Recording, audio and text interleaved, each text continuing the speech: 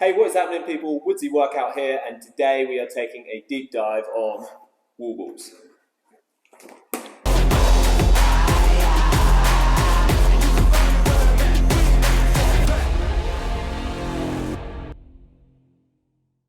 So that is obviously not how you perform a wall ball. That was just a throwback to the ballers out there. But anyway, the wall balls are the most technical aspect of a Hyrox race, and therefore it is the area that you see the most technique breakdown. And that can come in there's two main reasons for this. Number one is fatigue, and number two is an inability to get into an effective position. The easiest way to tell which issue you have is if you do wall balls when you are fresh, film yourself, look at your technique. Is it all good? If it is, then it's a fatigue issue, and you just need to work on your muscular endurance, your aerobic capacity, and also doing some compromised wall balls. So doing runs into wall balls and building that endurance up.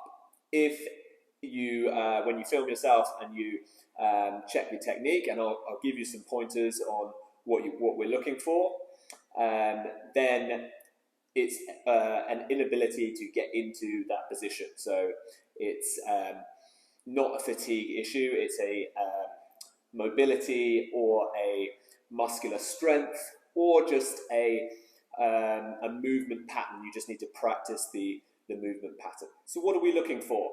Well, number one, we need to break parallel. It's a rule, so it's got to be followed. And this means getting the hip crease below the knee crease. So when you're squatting down, the hips need to come below the knee. And the biggest issue I see here is people lead with the ball. So they think by getting the ball low that you're getting down to parallel, but actually your bum's in the air and the hip crease is above the knee crease. So when we're squatting, we want to keep an upright position with our torso and get the hip crease nice and low, and that will be most efficient. You can practice this by putting a block or a band or a very low chair that's just at the right height below your bum, and just work on just brushing it when you squat down. So you're not slamming off of the box, which I see some people do at the end of the race. I understand when you're fatigued, but we want to work on building that awareness of what the right depth is without using it as a crutch. So that's something you can practice.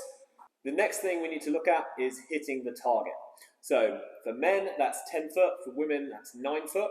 Make sure that you find yourself a wall, even if you don't have a target. Try and measure it, mark it, hit that mark. Because if you're just practicing off of a blank wall, you may think that you're doing it, but it might start to lower, and just the variation is not good. So find yourself a target or mark out 10 foot. And then the second thing is just the accuracy, or if you tend to, as you tire, use your dominant hand, so it might sway the accuracy, or it's just not as efficient as using both hands equally. So the way that we can work on this is create a W with your hands underneath the ball, and then as you drive it up, you point with your index fingers at the middle of the target. So I'm coming down, keeping it below my chin, hands are underneath the ball, squat down, drive up, and I'm pointing at that target. And then the final thing is just making it one smooth motion. So not breaking it into a squat and then a shoulder press. You need to use that momentum to drive up through the squat, drive the arms up, and then equally as you're coming down, think of it like a yo-yo. You're absorbing that force, springing straight back up. So you're not, so the two mistakes that I see, one is breaking it up, so it'll be like, look like this, a squat, chuck, and then also on the way down, so you might get the first bit right, there, and then you catch, and then you squat, then you come up. So what we want is a nice smooth motion, squat into press, catch, bounce back up. So here, coming down, up, as soon as the ball hits, I'm absorbing it, bringing it back up. So I think the main issue that I see the most is an inability to get into that good squat position. So what we want, those palms under, ball tucked just underneath the chin, elbows underneath the ball, and then being able to squat down below parallel, keeping a nice firm base. And then from here, you'll be able to use your legs to drive up, and that will be most efficient. So that is often a mobility issue or a leg strength issue. You're just not very strong in that bottom position of a squat. So you compensate by going like really wide, and then that can often affect where you feel it. So you'll get it in the adductors a lot more if you're wide, and you won't be able to generate as much force upwards as you will if you can get the feet underneath you. So mobility, how can we work on it? So first, let's address the ankles. You'll need to be able to travel over the toes to allow you to keep upright and stable in your squat. So in order to work on this, elevate the foot, take off your shoes, drive the knee over the toes, and if it helps, you can add a little bit of load to this, hold for a few seconds, and then come out of it. You should feel a stretch on the calf, and if you feel a blocking sensation at the front, then take a resistance band, wrap it, build a bit of tension on it, and place it at the base of the foot, not on the ankle, the base of the foot, and then come into your stretch. The banded distraction should help. The next thing we can do is work on our hip mobility. So a great stretch that I like is an elevated pigeon on an incline bench. So take the foot, bring it back, drop into this position. You'll find it opens up the hip on this side and it works the glutes on this side.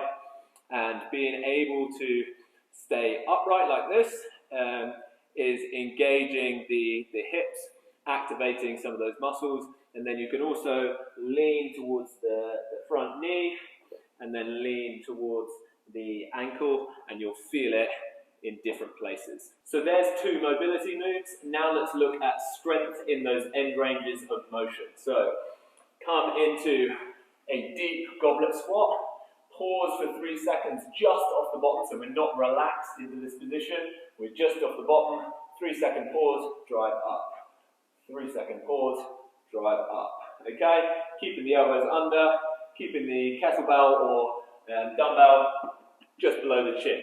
And then the second one we can look at is a single leg step up. So what we want is the weight to be on the elevated leg, so that all we're doing is touching down, coming back up.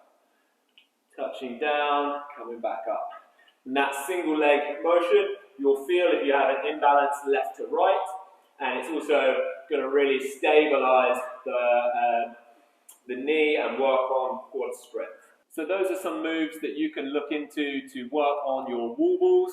As I say, if it's a fatigue issue, you want to work at building in some compromised wall balls. So running and then doing the wall balls. If you need to and you're working on technique, make it lighter. Don't be afraid to go lighter and feel out for those little differences. So it allows you to do more repetitions to get more practice in. There's no point going really heavy and the form breaking down, because you're never going to get better at it. Practice real good technique with a light ball and then work your way up. Okay.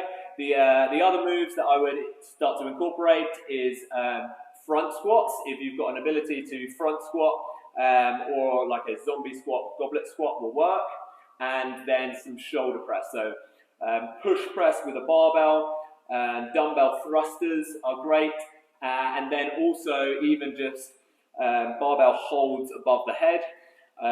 You'll really get that sort of burn in the shoulders the same way that you will when you're doing wall balls. Okay, hope that helped. If you've got any follow-up questions, let me know. And if you are interested in any coaching, then reach out to me on Instagram at Woodsy Workout, where you can find plenty more tips and tricks on all things health and fitness. Until then, I'll see you in the next video. Bye.